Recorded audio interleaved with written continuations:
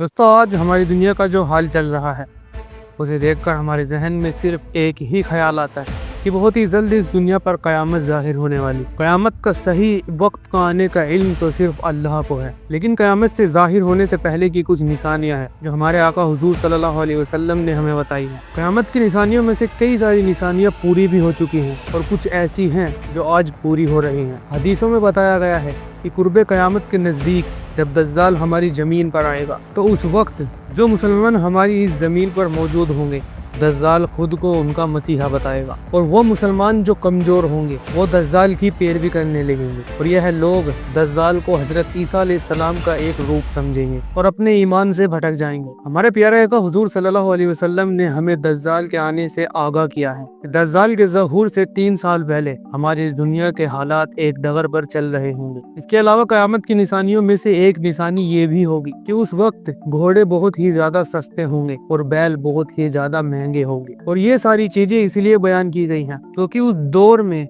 सबसे पहले दुनिया में रहने वाले इंसानों को सूखे का सामना करना पड़ेगा। लोगों के पास खाने के लिए कुछ भी नहीं होगा और वे भूख से तड़प रहे होंगे। बैलों की मदद लेकर खेती बाड़ी करेंगे और जबकि जंगों और सवारियों के लिए घोड़ों का इस्तेमाल आम हो जाएगा। लोगों को भूख और प्यास जैसी कई सारी परेशानियों का सामना करना पड़ेगा। खाने के लिए ना तो लोगों के पास ज्यादा अनाज रहेगा और ना ही पीने के लिए ज्यादा पानी रहेगा। दज्जाल के ज़हूर से 3 साल पहले दुनिया में बहुत सहज़ादी रहेगी और इंसानों में पहला साल ऐसा होगा कि अल्लाह ताला जमीन के ऊपर से 1/3 बारिश और 1/3 पैदावार को बिल्कुल ही खत्म कर देंगे। और जैसे ही दूसरे साल का आगाज होगा, अल्लाह ताला जमीन पर से 2/3 बारिश और 2/3 पैदावार को खत्म फरमा देंगे। और जैसे ही तीसरा साल की स्टार्टिंग होगी, अल्लाह ताला के हुक्म से जमीन पर से पूरी तरह से पानी और पैदावार खत्म हो जाएगी। हमारी जमीन का कोई भी टुकड़ा अनाज पैदा नहीं कर सकेगा। पूरी जमीन खुश्क और बंजर हो जाएगी। ना तो जमीन के ऊपर कोई घास उग पाएगी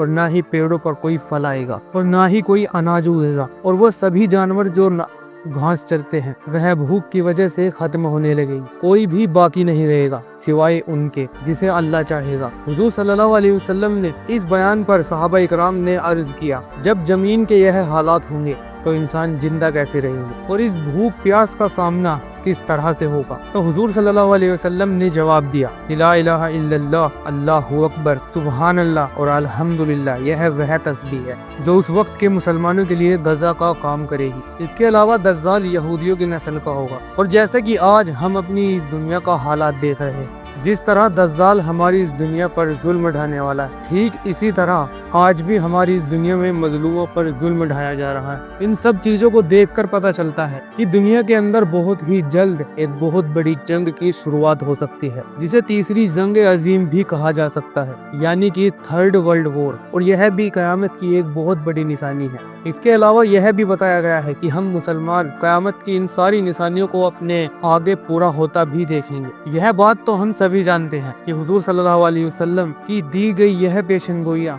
कभी भी गलत नहीं हो सकती। हमें इन सभी निशानियों पर गौर करने की। इसके अलावा एक रिवायत में यह भी अर्ज किया गया है कि जब क़यामत आएगी वह ऐसा वक्त, ऐसी घड़ी होगी जो इंसान जैसी हालत में होगा वह उसी ही हालत में रुक जाएगा। यानी जो इंसान जो कुछ भी कर रहा होगा, यानी जो भी काम कर रहा होगा वह वही काम करता रह जाएगा। अगर कोई शख्स रोटी का एक लुकमा मुंह में रखने वाला होगा तो उस शख्स को इतना टाइम भी नहीं मिलेगा कि वह उस लुकमे को अपने मुंह तक ले जाए। यह लुकमा भी वहीं रह जाएगा। इस मिसाल से यही मुराद है कि मुसलमानों को बहुत जल्द समझ लेना चाहिए कि क़यामत इस तरह से जाहिर होने वाली है कि इंसानों को समझने तक का मौका नहीं मिल पाएगा। इसके अलावा कई रिवायतों में ये भी बताया गया है कि क़यामत के आने से पहले एक ऐसी हवा चलेगी जिससे सभी ईमान वालों का खात्मा हो जाएगा। हमारी जमीन पर कोई भी ईमान वाला जिंदा नहीं बचेगा और जो जिंदा होंगे उनमें एक भी ईमान वाला नहीं होगा। इसके अलावा एक हदीस में यह भी बताया गया है कि जब क़यामत आएगी, क़यामत से 30 साल पहले बच्चों की पैदाइश को रोक दिया जाएगा।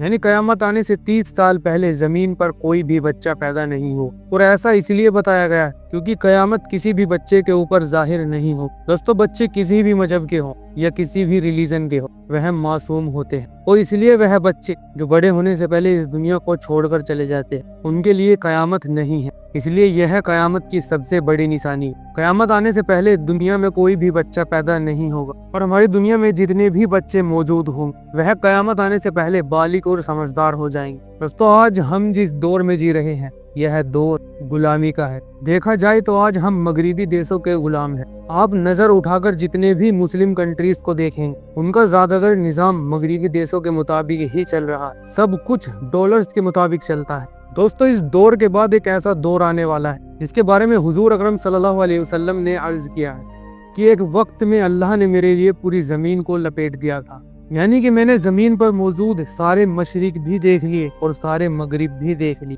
اور تم لوگ سن لو کہ میری امت ایک نہ ایک دن اس دنیا کے پورے حصے پر قائم ہو کر رہے گی۔ مجھے زمین کو سکیڑ کر اور لپیٹ کر دکھایا گیا ہے۔